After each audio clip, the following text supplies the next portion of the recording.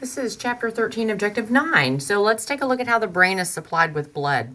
This should not actually be new information. We've already talked about how the astrocytes work, and that is one of the primary cells we're going to be talking about here. So this should not be new information.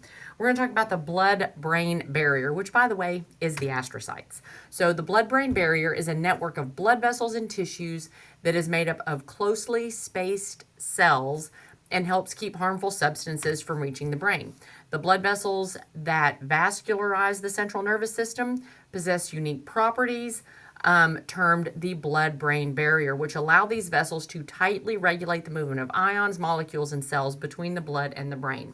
So in other words, these blood vessels, capillaries, that are supplying the brain with necessary materials, they are very tightly regulated as opposed to some other capillaries throughout the body, because not only are they trying to supply the brain with what it needs, they're trying real hard to keep the brain from getting some of the components that might be in the circulatory system that aren't really supposed to be there.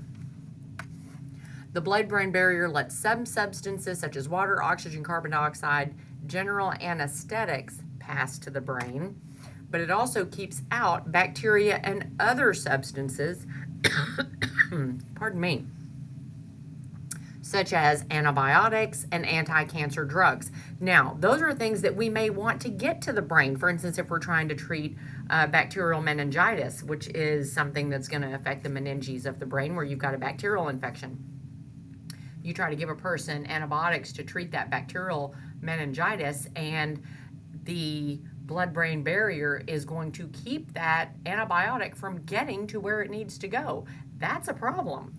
Also, brain cancers, really hard to treat. Again, that blood-brain barrier is going to keep those cancer drugs away from where the cancer is if it's brain cancer. So again, a potential problem there. The circulatory system, the blood-brain barrier, is doing its job too well in that instance. Really good video here of the blood-brain barrier in case you wanted to take a look at that on your own from 2-Minute Neuroscience video. So just to kind of show you how that blood-brain barrier is structured. So you've got your brain right here. Remember, you've got your astrocytes. Those are going to be star-shaped cells. That's going to be one of the types of non-neuron cells, right, that is found within the central nervous system. You can see right here how close they are to the blood vessel. So here's your blood vessel right here. These are your epithelial cells right there that line the blood vessel wall, and you've got your blood that's passing through. So between the feet, let's say, of the astrocyte and the epithelial cells within the blood vessel, that is your blood-brain barrier, and that is preventing substances from being able to get out and get into the brain, such as antibiotics. So that's why if you give a patient antibiotics, it's going to get into the bloodstream, but yet it won't get to where it's trying to go if it's a brain issue. And you can see, it's kind of cool. You can see the actual picture right there. There's your astrocyte. This is the blood vessel right here. So you can see those astrocytes working and surrounding that blood vessel, trying to maintain that blood-brain barrier. So specialized cells of the blood-brain barrier, we have the epithelial cells of the capillary. So going back, these right here are those epithelial cells of the capillary, epithelial cell right there. Again, sorry about all those horrible stray marks. Epithelial cell.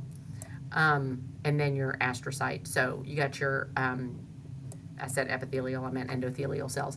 You've got your astrocytes and you've got your pericytes. They're structural support to the capillary, precursor smooth muscle cells. So this is just a cross section here of how that looks like. So you've got your blood-brain barrier, you've got your capillary. This is your astrocyte right there. You've got your pericyte, which we said previously was structural support. And you've got your endothelial cells. So this whole blue thing right here, this is that endothelial cell right there. Again, just another picture here. You've got your astrocyte, your feet of your astrocyte, so to speak. You've got your endothelial cell of the capillary, which is this whole beige thing right here. These are tight junctions, which means there's not a lot of holes between the endothelial cell of one cell versus the next one. So there's not a gap there between where one cell ends and another cell starts. And that's going to conclude objective 9.